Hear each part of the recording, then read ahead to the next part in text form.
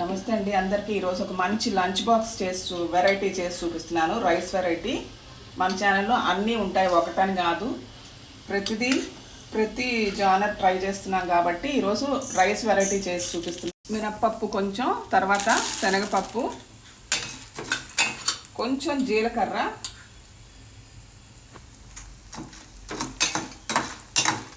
ఆవాలు చిటపట్లాడేదాకా వేయించుకుందాం. కరివేపాకు,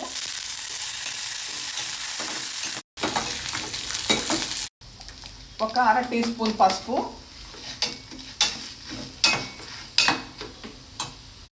అల్లం వెల్లుల్లి పేస్ట్ అండి. నా దగ్గర ఫ్రెష్ అల్లం లేదు కాబట్టి నేను పేస్ట్ వేసుకుంటున్నాను.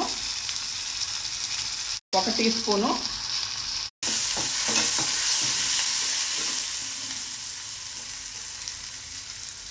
రెండు మీడియం సైజ్ ఉల్లిపాయలు సన్నగా కట్ చేసుకొని,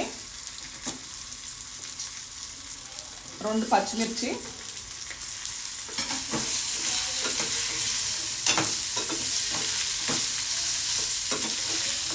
కొంచెం ఉప్పు వేసుకొని, మెత్తబడుతుంది తొందరగా, ఉప్పు వేసుకొని మూత పెట్టుకుందాము.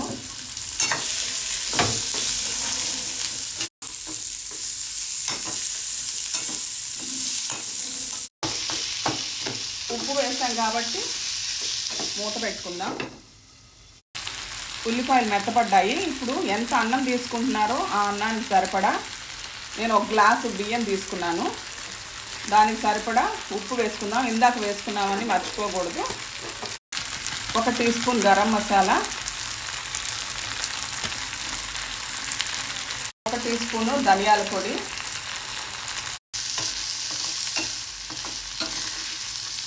ఉల్లిపాయలు కనుక ఉప్పు వేసినా కూడా డ్రైగా ఉండి మాడుతున్నట్టు కనుక అనిపిస్తే 1 స్పూన్ నీళ్లు చల్లుకోండి, అప్పుడు తొందరగా మెత్తబడతాయి. ఇప్పుడు ఒక టొమాటో పెద్దది కట్ చేసుకున్నాను. పెద్దది కాకపోతే చిన్నవి 2, పెద్దదైతే 1. ఇది కూడా బాగా మగ్గనిద్దాం. ఇది ఒక 2 నిమిషాలు మూత పెట్టుకుందాం. టొమాటోలు మగ్గాక స్టవ్ ఆపేసి 3 పెద్ద నిమ్మకాయలు జ్యూస్ వేసుకుందాము. బాగా కలిపేసిన తర్వాత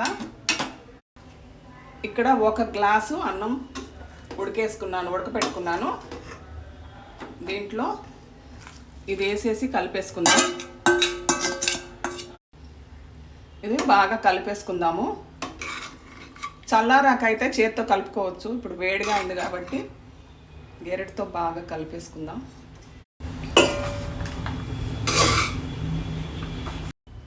చాలా టేస్టీగా ఉండే మసాలా రైస్ రెడీ అయిందండి. పిల్లల లంచ్ బాక్స్కి చల్లారే కొద్దీ టేస్ట్ పెరుగుతుంది. సాయంత్రానికి ఇంకా బాగుంటుంది. వేడిగా కన్నా పిల్లలకి బాక్సుల్లో ఇచ్చి పంపించండి. స్కూల్ తెరిచారు కదా, చాలా బాగుంటుంది. Thank you so much.